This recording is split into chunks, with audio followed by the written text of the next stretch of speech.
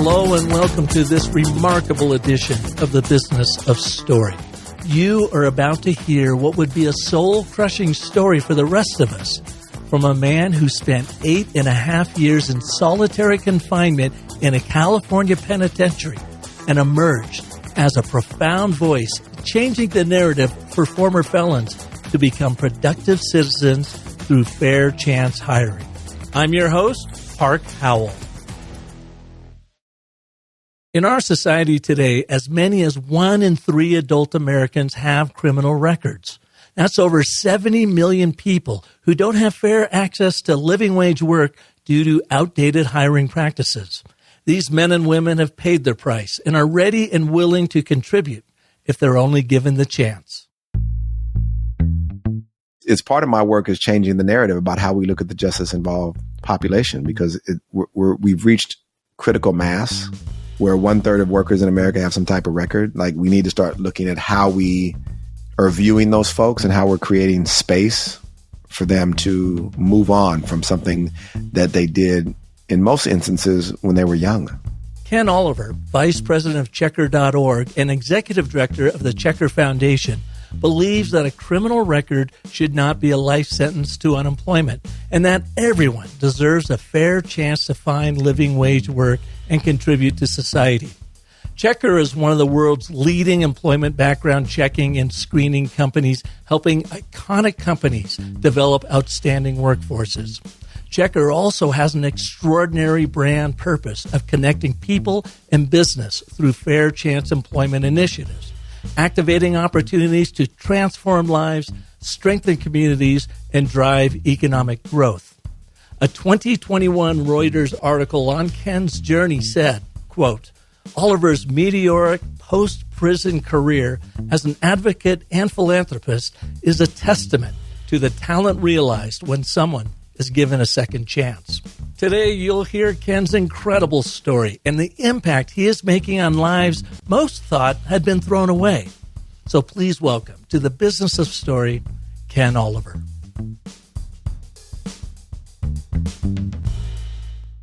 Ken, welcome to the show. Thank you. Glad to be here. You know, it's so great just the way the universe works, isn't it? I was out in San Francisco a couple of weeks ago working with your team, sales and marketing team, for your annual revenue kickoff, and we did a half-day Business of Story session with them.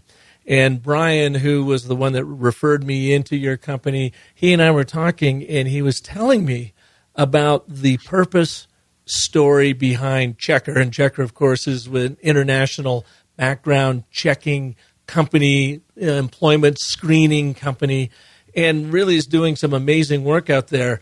And then when he told me about you and what you're heading up for the Checkr Foundation and the work around fair chance hiring, I couldn't resist to say, hey, man, can you come on the show? So I really appreciate you being here today.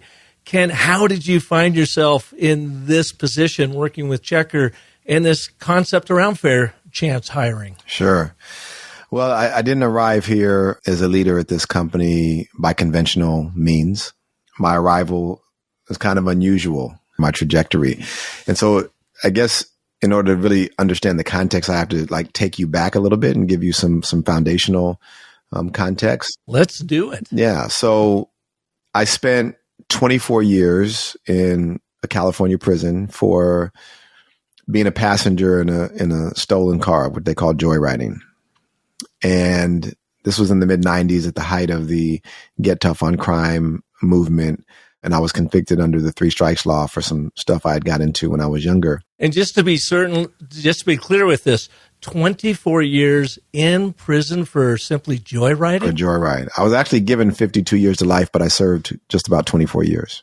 That's ridiculous. While I was incarcerated, I really dived into reading and became a voracious reader on a wide variety of topics, and really basically took myself through college reading some of the greatest minds that have ever written books in this country. And some of those books included books about political history around the world, Black history specifically in America.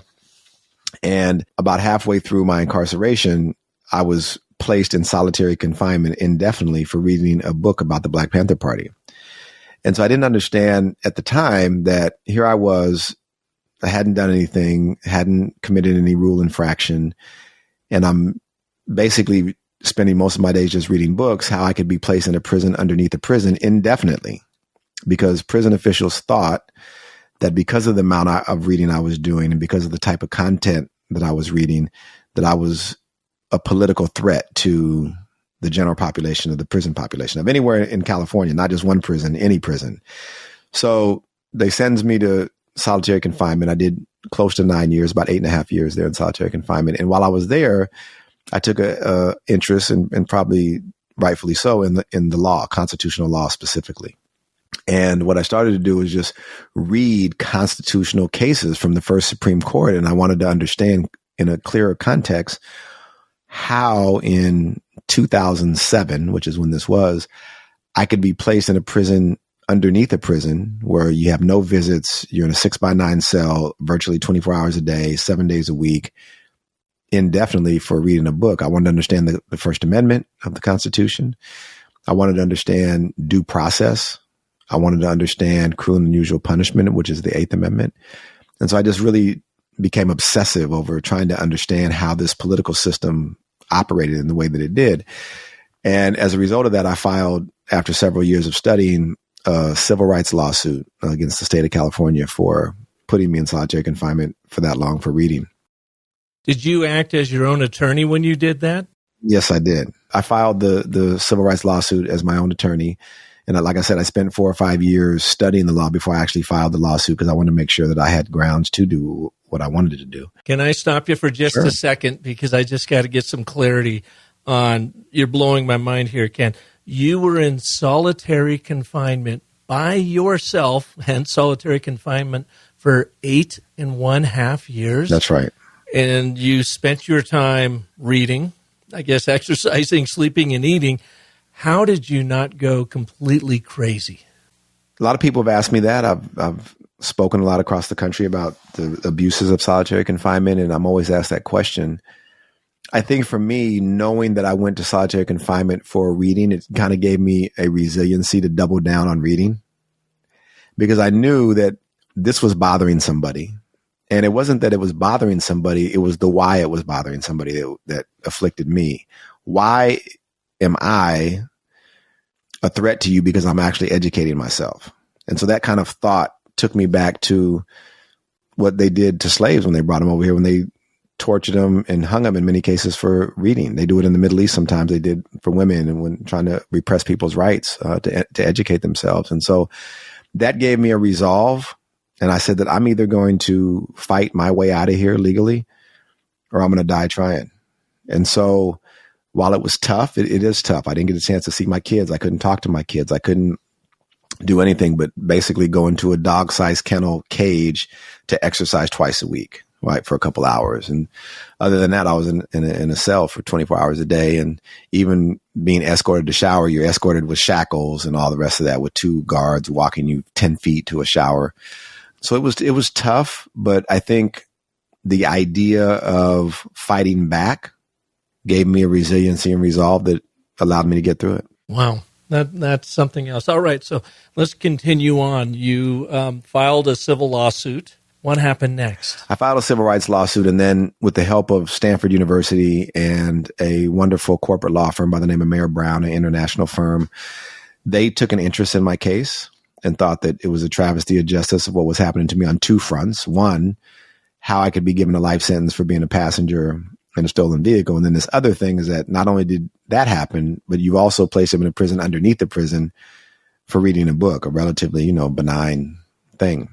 And so they rallied behind me, and the managing partner at Mayer Brown on the West Coast named Ward Johnson, he really took an interest in me and said, Ken, we're going to get you out of here.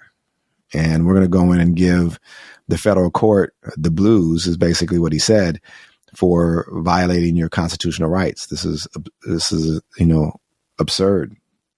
And that's exactly what he did. Not long after they took the case, they went into the federal district court and negotiated a settlement where the state of California paid me some money and inevitably let me out of prison as a result of this lawsuit.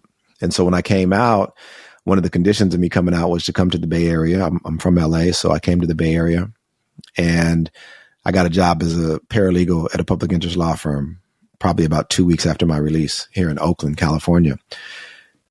And about 2 months into me being a paralegal, the executive director came over to me and he said, Ken, we knew that you could write briefs from the legal work you had done in prison, but we didn't know that you could talk as well as you do. And as a result, we'd like for you to become our state policy director to go up and lobby the California legislature for criminal justice reform. And so I didn't know much about policy, but I knew how to make a case. And that's what I went up there to do. So I got immersed in policy work, was on the forefront of a lot of criminal justice reform in California. And one of the things I did, which led to the work I'm doing now, is I went to talk to a lot of companies in San Francisco and Silicon Valley about this law called Ban the Box, which was a policy that was going around the country. And Ban the Box basically is a mandate to employers that they can't ask whether you've been convicted or arrested for a crime until after they've made a conditional job offer. So when you and I were growing up, and I'm dating ourselves a little bit, there used to be on an application, you remember when we applied for our first jobs, have you been convicted of a felony, arrested or convicted of a felony? Well, that's no longer legal in most states. And I would go around and talk to some of these companies, big companies, and talk to them about the new legislation. And then I would always segue the conversations into how can we get more justice impacted people into the tech sector and the knowledge-based economy? Because what typically happens is that because the prison system doesn't train or give people the skills necessary to compete in the market, people come out and they're forced to have low wage jobs, usually high labor, physical labor jobs that don't pay a lot. And when that happens, many people don't realize that the number one driver of mass incarceration and recidivism, besides over policing, is poverty. And so because people can't access the middle class economy, whether it's, for lack of skills or education or whatever the reason is, then you have this like desolation that occurs, or this kind of like, I can't see the light at the end of the tunnel. And so people exist and do what they think is available to them, which in the case of inner cities, it may be crime, it may be substance abuse, it may be violence, it may be any number of things, but these are all outgrowths of the symptoms of poverty. And so for me, it became a passion of mine if we could provide people access to livable wage in a place like the Bay Area where $18 or $20 an hour is enough to get you a tent at the nearest homeless encampment, right? How can we get people access to jobs where they have some dignity? How can we get people access to jobs where they can actually earn a living, a livable wage, and then also have a career where they could access the middle class economy and take care of their kids and their spouse and do all the things that we all take for granted, pay a car note and pay a mortgage, et cetera. And so that became, as I went around to these companies, it became just really a passion of mine. I wanted to beat the drum of like, let's open up tech. Let's bridge the digital divide. And then let's also look to the future of work, right? Well, we know the populations and the demographics are changing. How do we prepare people for the workforce to maximize their opportunity, or democratize opportunity, I like to call it. And so that's kind of the work I started to do as a policy director. And while I was doing the policy work, I said, you know what, I'm going to design the Stanford of reentry programs for men and women. So I'm going to design a high level education situation where it's housing like a first year campus dorm for a college kid. We're going to train people in tech skills. We're going to give them digital literacy. We're going to teach personal leadership development, how to take agency over your life. We're going to teach them all the skills that everyone else knows coming out of Stanford or Berkeley. And then we're going to work with employers to say, we are the cream of the crop of people who've been justice impacted. And these are the reasons why you should give us the job. Not because we're justice impacted, but because we're the best skilled person for the job. I don't want you to lower the barrier. I want you to lower the bar, right? And so I did design that program and had the opportunity in 2020 to become the executive director of a startup nonprofit with a team of guys that had served life in prison. And we had some seed funding, and I went out with these guys and designed this program. And then we went to the state of California legislature and the governor's office. And, it was really a Hail Mary, but we had a lot of audacity. And we said, listen, the recidivism rate in the United States and in California stayed the same for 40 years. And part of the reason it stayed the same because there hasn't been any proximate leadership. there hasn't been anybody who identifies and understands the problem in the unique way that we do. And as a result of that, you can't possibly know how to solve something that you don't understand, right? And so, we talked about our program, we talked about innovation, we talked about the future of work. I sat on the governor's committee for the future of work. And through a lot of convincing, they decided to give us a historic $28.5 million to build out this residentially based tech training program, first of its kind in the country. So if you think about it, I at the time was 2 years out of prison of serving 24 years. And the fellas that I were with, they were all 2 years or less out of prison. And here you had a state government, a governor who believed in us and believed in the solutions that we brought forth to give us close to $30 million to build out a program to change the face and transform what reentry should look like for men and women who've been justice involved. So it was really a historic achievement and bet that the governor and the legislature made. And so I couldn't be prouder to be a Californian, because that's not something that's ever happened before in any state in the United States. And so did that. The ribbon cutting ceremony for that campus is happening next Tuesday on the 13th. So I'll be there to support my former team. But right after that, how I got to this position, and then we can break into the conversation about what we do at Checkr, is Checkr had been doing fair chance hiring for about 6 years in California, much longer than it's become fashionable in the last 24 months. And what they wanted to do in 2021 is they wanted to formalize their ESG and social impact unit, and they wanted to build a foundation, a corporate foundation. And hats go off to Daniel Eunice and Jonathan Parashon, who were the founders of Checkr, who believed that they wanted proximity to lead. They didn't want somebody out of Stanford or Berkeley or someplace that didn't understand what the issues were. And at the time, I think we had 40 fair chance employees working at Checkr that had done life in prison or less. And they wanted somebody who had experienced it. And so they tapped me and gave me an opportunity to come in and lead this national work and spend my time building out expungement products and working with companies across the country to have them endorse and become fair chance employers. And so I spent a lot of my time talking to companies across the country. I've trained some of the biggest companies in America on how to wrap fair chance hiring into their current D&I practice, because there's such a big swath of people who have records in this country. There's 77 million Americans today have either an arrest record or a conviction record today. That's about 1/3 of the national workforce. And so when you think about the labor shortage, you think about the future of work and the talent wars, the race is really about who's going to be the most innovative in uncovering and sourcing top talent. And it's such a prevalent issue that we have to find ways to fill the labor gap. There's currently 11 million jobs available in America, but there's only 6 million bodies to fill them, which leaves a gap of about 5 million. And so when you think about why that matters, well, if you can't fill the positions, you can't grow as an economy. Businesses can't grow at the pace that we normally might have if we could fill all those positions. And so we really have to start looking to alternative sources or sources we haven't looked to before, whether it be veterans or LGBTQ or people who have disabilities or justice impacted people, to find ways to source some of that talent and then develop those people so they can become the workers of tomorrow. An amazing story, and you fired up about 9,000 different questions in my head. So let me throw a couple of them at you. Number one, you remind me of the Count of Monte Cristo, right? Favorite movie. That's one of my favorite movies, Paul. Incarcerated, stuck away in a dungeon, essentially. I mean, you were literally treated to medieval times for 8.5 years of your life. You chose to educate yourself.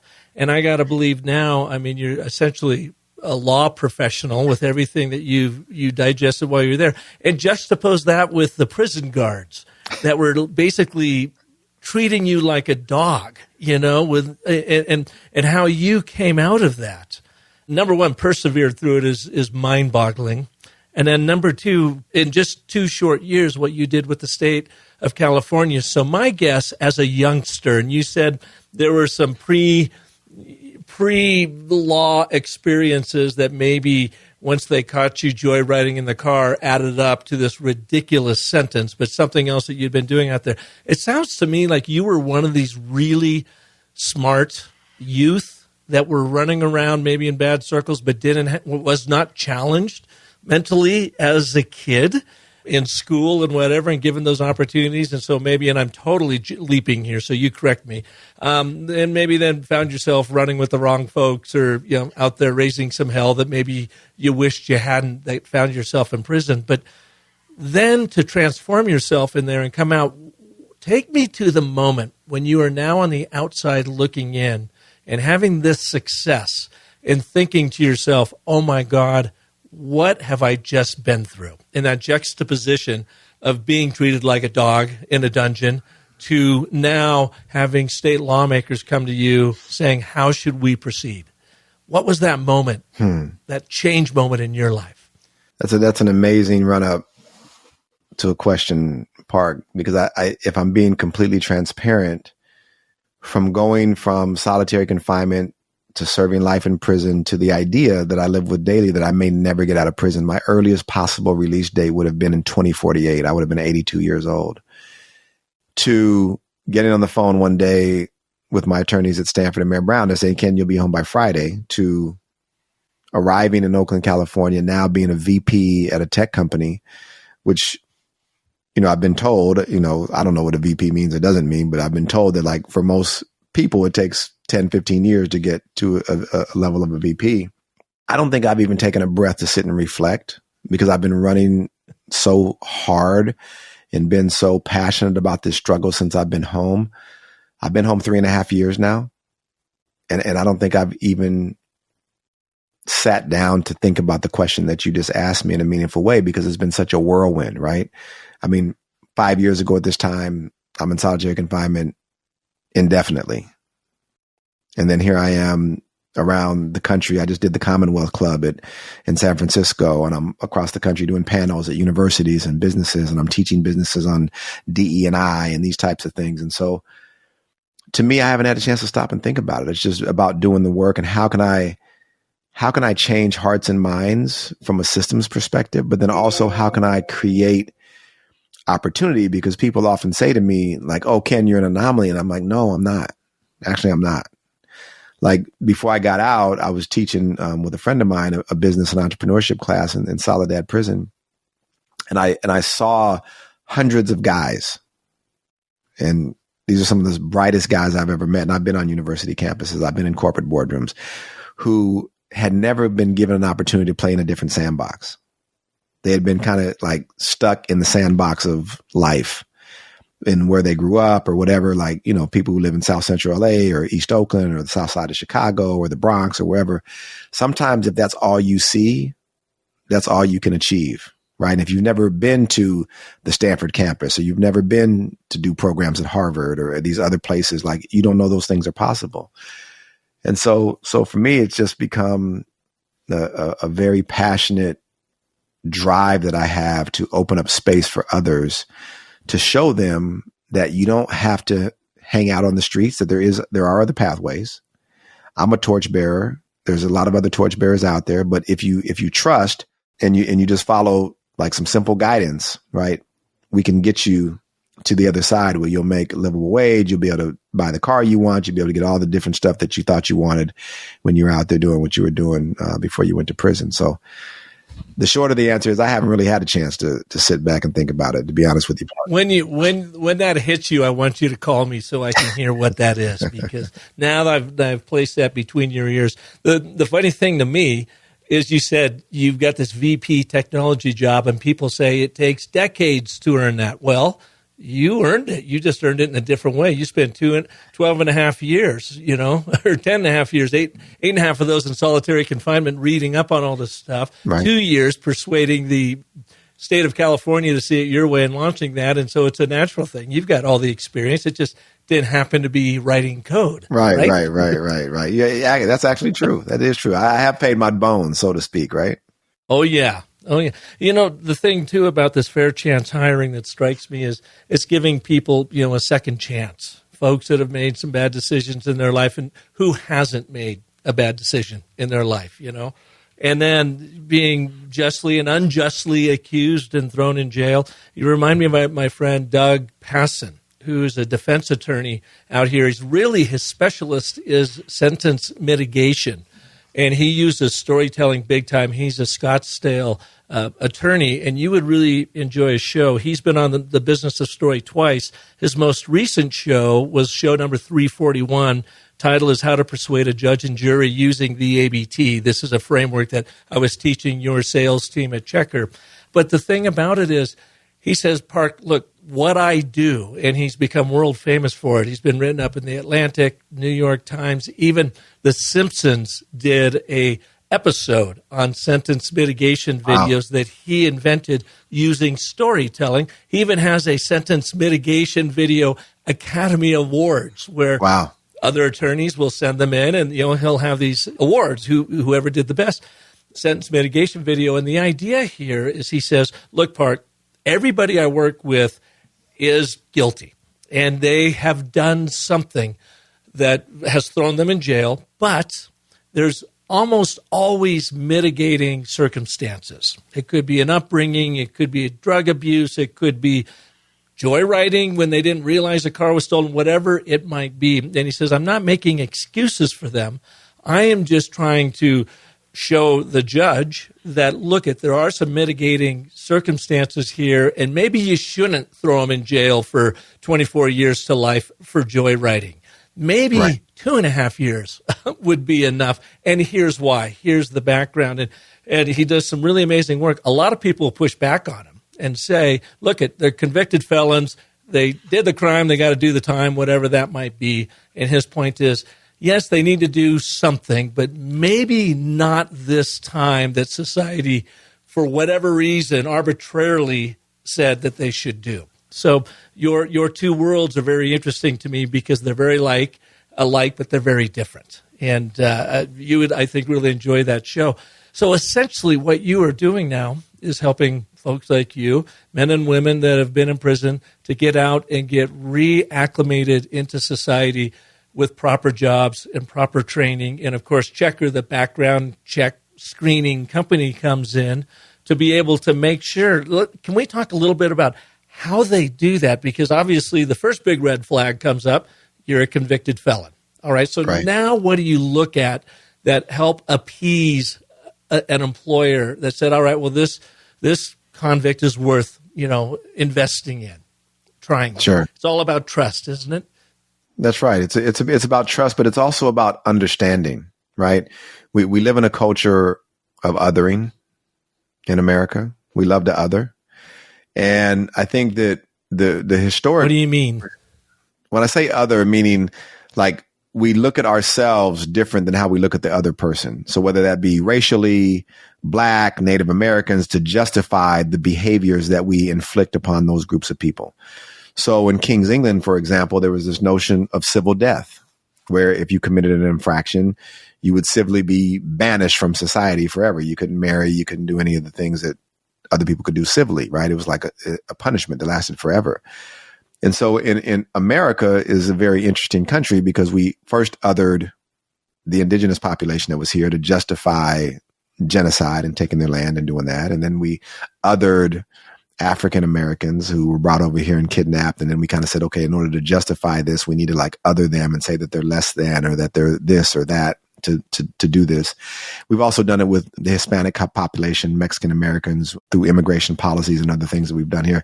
So we did it at one point in time against people who were gay, LGBTQ community. We at one time or another in this society done it against women where they couldn't vote and they couldn't. So we've always done very well to like point the finger out the window. We haven't done so well at looking in the mirror. So essentially, it's the stories we tell ourselves about others that make it convenient for us to do whatever we want to do upon them. 100%. And you flagged something earlier I'd just like to revisit when you said that who hasn't made a mistake. And I've had these conversations with many people who are very powerful. And I said, listen, when you were in college at 19, 20, or in high school, like college football games and ceremonies for fraternities oftentimes are built or engage in vandalism, where you steal the other university's property, you commit damages, you do all kind of stuff that's a felony conviction. And if you do that same thing in South Central Los Angeles, where I'm from, or in a place where it's inner city, you go to prison for that. If you're on a USC football campus, then you may not get anything. right? And so I think every young male in this society, we go through what I call our young lion stages, where we're more boisterous than we normally are. We may get in a bar fight more often than we would when we were 30. And the data and statistics show that when you're under 26, that the brain doesn't fully develop, right? The front cortical until you're 26 years old. So that in that area between 18 and 25, men specifically, we do a lot of crazy stuff, which is why the military recruits at 18. We're willing to be more boisterous, where our testosterone is at a height, and we're willing to like be daredevils and jump off a building and do all kind of crazy stuff. And so you see that reflected in the prison population. And California specifically has passed laws now to say that if you've committed a violent crime under 26, you'll be given special parole consideration because of the brain neuroscience that's come out from top universities to talk about this. So it's important that we understand what's happened in the criminal justice system. It's also important to understand that we built a system that says you pay a debt to society, but no one talks about what happens after you paid that debt. And should people be forced to live a second life sentence once they pay their debt to society? And so to kind of give you an idea, currently in America, there are 48,000 laws that are collateral consequences to having a felony conviction that will stop you from getting a job, that will stop you from getting housing, that'll stop you from getting social services or education, occupational licensing, etc. So there is this notion or this practice that America's had, is that we're going to judge you permanently. So even if we have a system that says, okay, this crime is worth 5 years and you go serve 5 years and you come home, that mark of the felony conviction follows you, and it stops you from accessing things that you need to take care of yourself, because we live in a capitalist society, right? And so you have to work, you have to be able to pay bills, you have to be able to like have health care and take care of all the different things, because those things cost. And so I think for us, understanding as a society that second chances or giving people the opportunity to rebuild and reset their lives after they've had a timeout, it's no different than when you have a kid and you give them a timeout to go to your room. That's not in perpetuity. And then you don't bring up for the next 10 years of their life, oh, you remember that time when you were 7 and you like threw that baseball through the window and like did what I didn't. I mean, we don't bring that up. We kind of like let that go after a while, right? And so it's part of my work is changing the narrative about how we look at the justice involved population, because we've reached critical mass where 1/3 of workers in America have some type of record. Like, we need to start looking at how we are viewing those folks and how we're creating space for them to move on from something that they did in most instances when they were young. It's absolutely fascinating. And let's go now to that Checkr, that background check then that you do when you are doing the screening of folks coming out, because I would imagine not everybody coming out is going to be appropriate for a job right away, or maybe I've got that wrong. Well, I'd love to address it, because the reality is that 70% of people who go to prison are there for some form of thing you can tie to an economic reason. And usually it's a denial of opportunity in most cases where people don't have access. And so at Checkr, what we do is we follow the EEOC guidelines, which is the federal government guidelines on second or fair chance. And those guidelines say that when a person applies for a job, you're not supposed to discriminate if they have a record, and that there's guidelines you use to follow whether that person is appropriate for you to hire at your company. So it's called nature, time, nature. So you look at the nature of the crime, how much time has passed since they committed the crime, and then whether that crime or arrest is related to the job that they're applying for. So for example, a person does 20 years in prison for murder. They go in at 22, they get out at 42, now they're applying for a job. What we're supposed to do, according to the federal guidelines, is we're supposed to say, okay, he committed a crime 20 years ago. 20 years has passed. Let's look at the nature of that and whether that applies to a customer service job or a truck driving job or some other type of job. And if there's no real relation to one act of, which may have been a domestic situation or something he did as a youth when he was running with a gang or some other situation, we're not supposed to use that as a precursor to deny employment. And I can tell you, it's important that we follow these guidelines because the data that comes out is very counterintuitive. So for example, usually when you hear like, oh, this guy just got out of prison for murder, or a woman, right? Because there's women that get out of prison for murder, or this guy just got out of prison for rape or a violent assault where he hit somebody up in the head with a bat. The natural human reaction is to recoil, right? Like, oh, like this is terrible, right? And then we become judge and jury in our own minds without understanding the circumstances of that person's life, what was going on. And we're judging them and we're condemning them basically forever based on this one act that we've heard of, right? And so it's important, and we teach this to companies, that we have to look at these things objectively and not subjectively based on our own biases. This is where implicit bias comes in at, and explicit bias, right? I mean, most of us know somebody who's been assaulted or maybe been the victim of a crime. It may have even happened to us as an individual. So it's very easy to let our own personal stuff get in the way of these hiring decisions. But the reality is that when you look at the data, the people who've committed the most violent crimes are the least likely to ever commit a crime again. And they're also the least likely to have a criminal history before they committed the crime. So usually crimes of violence are crimes of passion of some sort, right? And so a lot of average Americans don't understand that particular piece of the science. So if you take somebody who steals a pack of cigarettes or does a burglary and breaks into somebody's house, that person who has committed what we may think is a more benign crime is actually more likely to recidivate and go back to prison multiple times than the person who did 20 years and just got out and is trying to reestablish her life after spending 20 years in prison. So what we do at Checkr is we work internally and externally to unpack the criminal justice information for companies who are interested in pursuing fair chance hiring and providing opportunities. We talk to them about the ecosystem. We talk to them about the nature time nature. We talk to them about how to build consensus within their company and how to understand the criminal justice system. And we've been very successful at doing it. And then once people start to understand, like, oh, this person actually is just like me, or this person just like my neighbor, and there's no differentiation, right, between human beings, right? It happens a lot also when we take companies and people into prisons. I've watched many of people Google, like I can name all different types of big companies who we go on tours in these prisons, and you see these employees get tears meeting the women, meeting the men, and hearing their stories and understand their life experience, where like some of these life experiences are horrific that people have been through that cause them to like be in the situation that they're in. And so it's a two-pronged process. It's a multi-pronged process, to be honest with you. It's like education, giving people experience. When you look at CEOs who have done it, Jamie Dimon, Stuart Butterfield, Slack, these others, they've usually have some experience either going into a prison where they meet somebody like me or someone else, and they're like, oh, wait a minute, I thought this was going to be like an episode of Wired, right? Where I walk in to the prison, there's all these like big buff guys sweating, like looking to stab somebody. But in reality, it's just regular guys that in many cases look like their sons or their brothers or their uncles or their cousins. And so we do a lot to educate, to dispel some of the myths. That's what I was going to say, is you are an ambassador / advocate of these folks, and you've got to be able to reframe that story about a convicted felon coming out. And just what you've done right here, you've opened my eyes up to a lot of things. I'm sure my listeners too.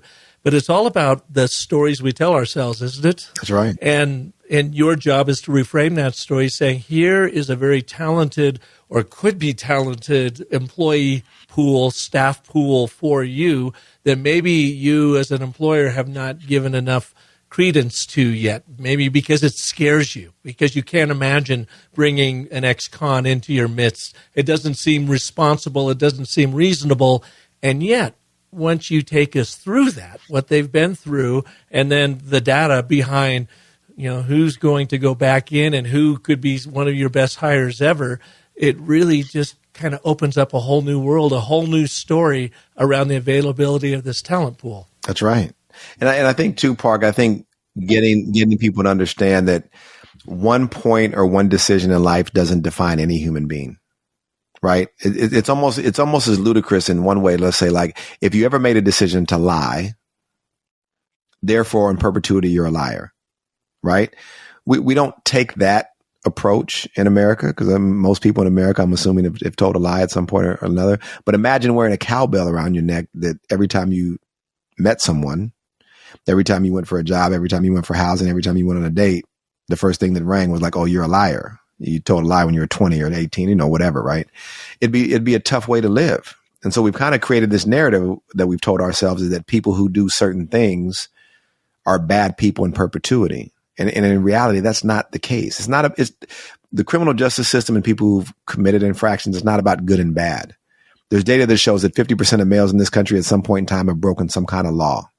That doesn't mean that 50% of males in this country, white, black, who, whatever, are bad, right? That means they made a decision at a certain point in time that was a poor decision, right? And there in most cases were circumstances that framed that decision that was made, right? And in some cases at a college campus, it may be young, fun, and you break into something, you steal something, you do something.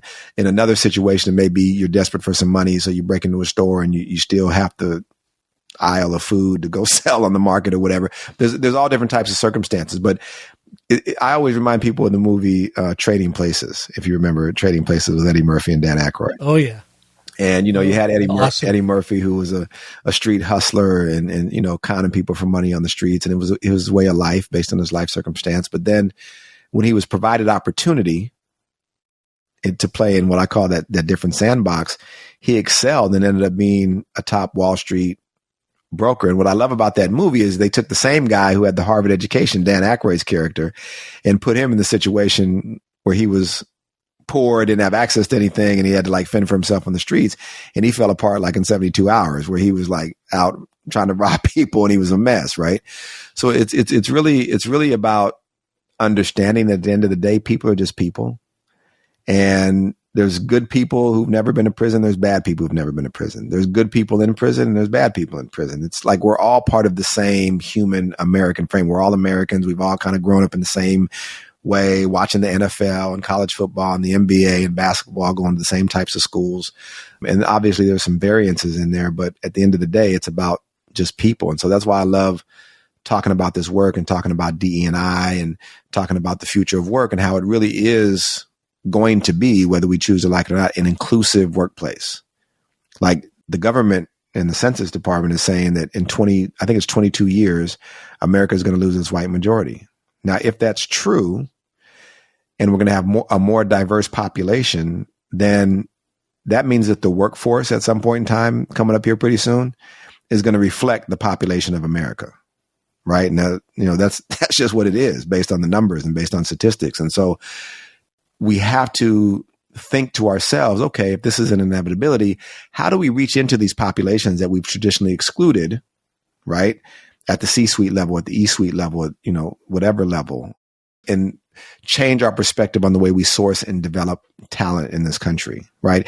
Everyone's not going to have a college degree from Yale or Berkeley or Stanford, but that doesn't mean you're not going to find great talent. And I'd love to be able to share just briefly as one example of this. It's a very good friend of mine named Larry Miller. I don't know if you're familiar with Larry Miller, but Larry Miller went to prison for 10 years. He grew up in West Philadelphia, Pennsylvania. And while he was in prison, got his AA degree in accounting and went on to get his accounting degree at Temple. And the very first job he went for was with Arthur Andersen, an accounting company, old school accounting company, used to be one of the big 8, I think. And this is before Google. Larry decided to share with the recruiter, the hiring manager, his background and wanted to say, this is where I got my accounting degree, how, and kind of the run up. And when he said it, the hiring manager pulled out an envelope out of his pocket and said, I hear I had an offer letter for you to join us as an accountant. And because of what you told me, I can't hire you. I'm not going to hire you. Right. And walked away. Now, fortunate for Larry, pre-Google, he ended up a couple of weeks later getting picked up by Campbell Soup and went on to work at Kraft and other companies. And he landed at Jensen Swimwear. If you remember the Jensen swim caps and the Speedos they used to make. Oh, yeah.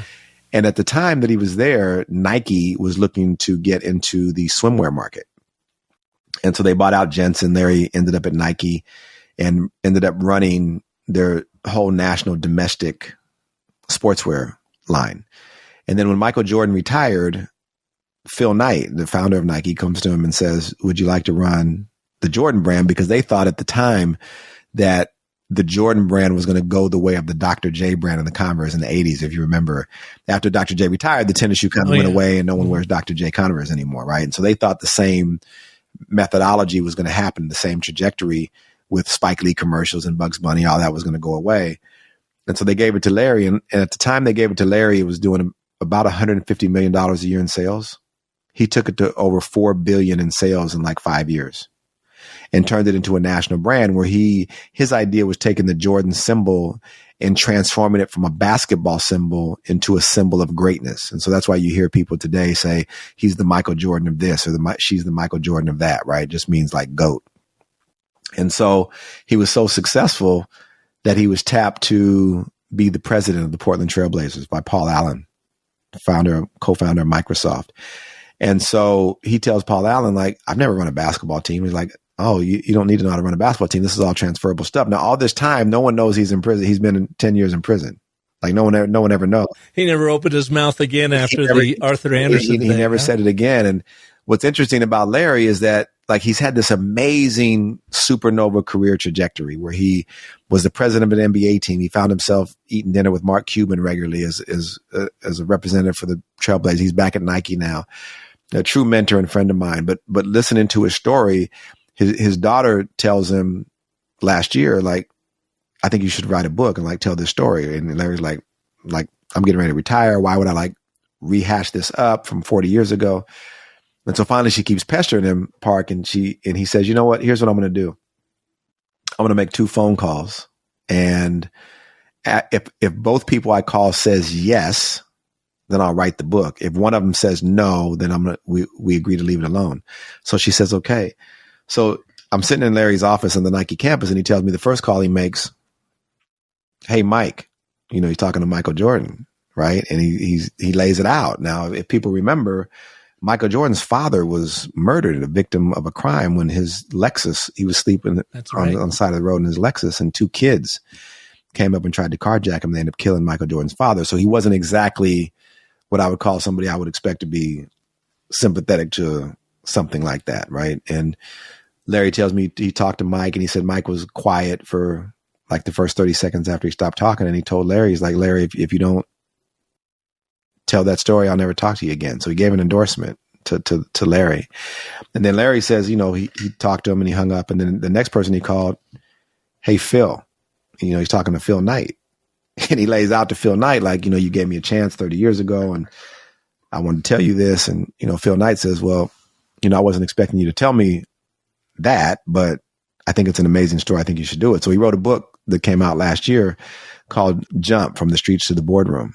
And it's just an amazing, amazing story of a justice impacted individual who reached amazing heights and created tremendous value for a company brand. The Jordan brand is one of the biggest brands in the world. And what I tell people, I do a lot of stuff with Larry. We go on speaking tours together and do a lot of panels, is that Larry is the case study of why every C-suite, every boardroom should have somebody who has a diverse and different background, right?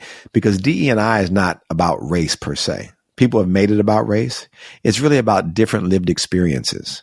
So how can I take as many people as possible who are my customers, in most cases, if we're talking in a business sense, and get those people in a room to extract the best ideas and perspectives, right, to create the best business? And so what Larry was able to do at Nike is, it blows my mind every time I think about it, because he was able to take his experience of growing up in West Philadelphia, which is a ghetto, as a former gang member, after doing 10 years in prison, and take that lived experience and be able to apply it to a Nike product and catapult it into the stratosphere. I mean, to me, it's the most amazing story I've ever heard about what success looks like when you give people opportunity. And to be clear, when he called Michael Jordan and Phil Knight, they did not know about his record, about his background until that moment. And they were both like, oh my God, who knew? That's right. Yes, write your book. And of course, when you're talking about DE&I, it's diversity, equity, and inclusion. And a good friend of mine, Jennifer Russo, who went to work for Banner Health out here, and she was a head of VP of communications, or senior manager of communications, and in the HR side. She and I had a long discussion about this. And one thing occurred to me, and I want to bounce it off of you to see what you think. You know that old adage that they say the most important asset of a business are its people? right? You've heard that a million times. Absolutely. And I challenge that. And I'm wondering what you think of this. I think the most valuable asset of a business is the diversity that those people represent. And if you, as a business leader, embrace that diversity through the D, E, and I, then you're going to be taking care of your people. So yes, that person is an extraordinarily important asset, but it's what they bring to the table that's the real asset. The thinking from a very diverse background, diverse upbringing, diverse religion, whatever it might be. And to me, it's the diversity of an organization. That's the true asset of a great organization. 100%. I mean, I couldn't have said that any better myself. And I think doubling back to what I mentioned earlier about the makeup of America, these are your customers. These are the people buying your product. And so it's important that you have people that understand that community. Absolutely. Final question for you, Ken. When people, clients, customers come to you and to Checkr, as they're hiring and they're using Checkr for background screening and so forth, do they ever come to you, or how many of them, what percentage come to you specifically saying, I want to do this fair chance hiring? I need a number of bodies, and I'd like some of those coming out of the fair chance hiring thing. Or are you having to still educate people that that's even a thing? No, we get quite a bit of interest. I mean, we do customer-facing webinars and education campaigns, and then we take surveys, and then companies come to us and say they're interested in partnering with Checkr to become a fair chance employer. I'm on the stump a lot across the country and get inquiries from huge companies across America who say, Ken, we're interested in doing fair chance. Tell us how to do it. What are the best practices, et cetera. I wouldn't say it's a floodgate of people, like when I get thousands of people, but every time I go out and speak and when we do webinars and stuff, there's a healthy dose of 10, 15 companies that inquire and have different levels of interest. Some are just curious to get educated more. Some really want to practice change management and bring that into their company. It varies up and down the scale, but there's a pretty big movement in this country currently to open up to giving people second chances in the workforce. Because it just makes perfect sense, because if we're not going to give people the opportunity to work, which is it's a foundational tenet of America, to be able to work hard and be able to earn a living, to access the middle class economy, then what is the alternative that we're providing for such a large segment of the population? Are we saying we don't want you to work and therefore we want you to hang out on the streets, we want you to steal, we want you what are we saying? We have to address the issue because there's 77 million people that this affects, right? And so we have to be able to say, if somebody does go to prison, if somebody does have a felony conviction or a misdemeanor conviction that's stopping them, what kind of person or what kind of community member or neighbor do we want when they return? Hopefully we want somebody who's going to go to work just like we're doing and pay their mortgage and pay their community fees and put gas in the car and contribute to the local economy and do all the different things that we all do on a regular basis. We can't do that if we as a society are blocking people out and not providing access. So something has to give. We can't complain about crime on the one hand and complain about homelessness and all the other things, but at the other hand, say we're not going to give people access to work and invest in reskilling America and getting people on the track to earning a livable wage. How many people do you think you have impacted since you've been out, since you've been working, in what you're doing now with fair chance hiring? How many ex-cons have you gotten employment for? That's a good question. I would say that, first of all, I think that the impact that my team and the organizations that I've worked for has reached into the thousands of people, but in many different ways. Some are direct placements, some are training, some are opening up doors for other people in other parts of the country for other programs to be started. And it's been impactful and rewarding, but it's only the beginning, because in America, there's 600,000 people that get out of prison a year, right? And that's a lot of people. And so going to places in the South where it's more conservative, going places in the Midwest where they're not as familiar with things like fair chance as maybe they are on the West Coast or the East Coast. It's a protracted struggle. These types of things that imagine change management and systems change in society take a long time. They're not things that happen in a vacuum. It's a marathon, not a sprint. But, we impact people every day with these conversations, because I get calls from companies that are recognizable, big tech companies and others who say, Ken, I just heard you speak over here, or I was at Harvard at another conference and heard this person speak. And I'd love to get involved and start a program at my company as part of our social impact or social justice initiative that we're trying to do with the company. And so some of those we follow through to the end. Others, they once we give them the information they need to start a program, they do it on their own. And I don't have privy all the time to how many people they've actually hired. But we check back, and I'm friends with folks on LinkedIn. Oh, our program's going great. We've hired 5 people, or whatever. So it's impactful work, and we've affected a lot of people on both sides of the equation. So do you ever sit down and think about this very odd journey that you went on from being a sole proprietor of a cell for 8.5 years in solitary confinement, just building on yourself, to the now tens of thousands of people that you have impacted in the course of just like over a decade? I mean, to have that sort of evolution of your own personal story is quite remarkable. Well, I appreciate that, Park. I don't think as highly of myself as others do. And to be honest with you, I don't pay attention to me because here's the truth. The truth is that I was extremely blessed for Stanford University to step in and take an interest in my case. I was doubly blessed to have a law firm who represents companies like Google and other major conglomerates across the world to step in. Their focus isn't even criminal justice, to step in and say, Ken, we think you're important, and we're gonna help save your life. And so for me, when I've been blessed in that way by people who believed in me and saw something in me, I feel like it would be a dereliction of my responsibility if I didn't turn around and pay that forward for the men and women that are still in prison, who won't have the opportunity to have a Stanford University help them, who won't have the opportunity to have a Mayor Brown invest in them the way that they've invested in me.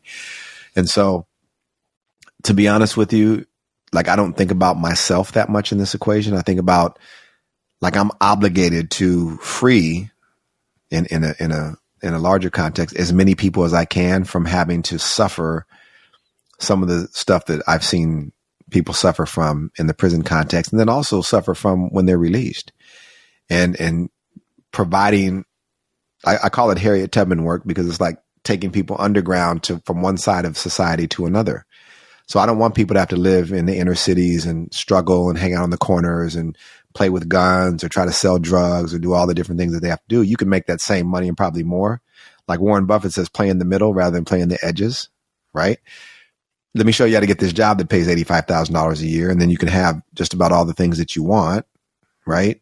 And then you don't have to worry about losing your life or like going back into the prison system. And it's a win-win for everybody. It's a win for businesses because now you have more customers, more employees, more money in the tax base. It's a win for government. It's an investment in people over punishment. And that's really what my work is about, and what I feel like I'm going to die doing is creating that space and change a narrative. Well, I am absolutely humbled by your presence and by your story and by the impact you're making in the world. And I hope maybe my little show here can have a little bit of help in that impact as well. And I can't thank you enough, Ken, for coming on board. And I really want to thank Brian for introducing us. This has just been so fascinating and so powerful. Thank you for being here. Thank you for having me, Park. I appreciate it. And thank all your audience members for listening. Thank you. Without a doubt. Where can we send them to learn more? Well, you can have them reach out to me at checkr.org. We currently have a landing page at checkr.org. It's CHECKR, no E before the R. Or they can email me directly if they have questions or would like for us to work with them one-on-one. And that's ken.oliver, Oliver, at Checkr, CHECKR.com. Incredible. Well, yeah, thanks again, and I just really appreciate you being here. I hope to be able to circle back with you sometime in the next year or two and have you back on and hear about some of the great strides you've all made there at Checkr and helping folks with fair chance hiring. Appreciate you, Park. Look forward to it. Thanks for having me. Thank you all for listening to this edition. If you liked what you heard, certainly share it with your friends, family, colleagues. If the fair chance hiring is new to you, then check it out at Checkr, CHECKR.org, or reach out to Ken at ken.oliver@checkr.com.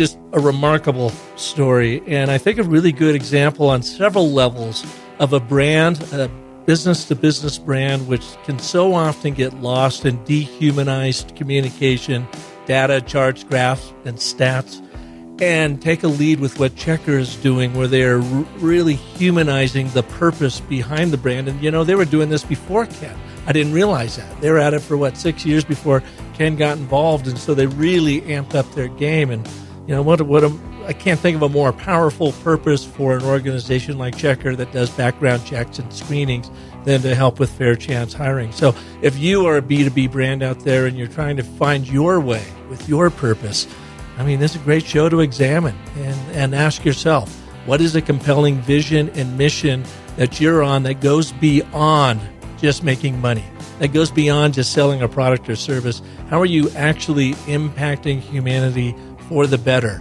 with the products and services that you offer? Check it out there.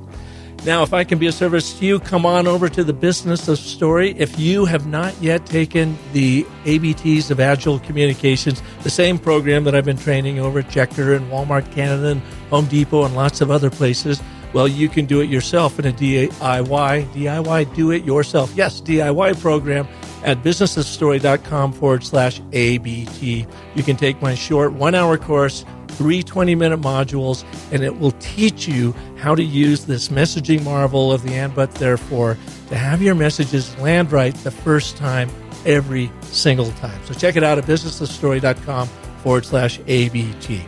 And until next Monday, when we will have another amazing, now I don't know if they can be as impactful as a storyteller, but amazing storyteller like Ken Oliver. Remember that the most potent story you'll ever tell is the story you tell yourself. So make sure that's an epic one. Thanks so much for listening.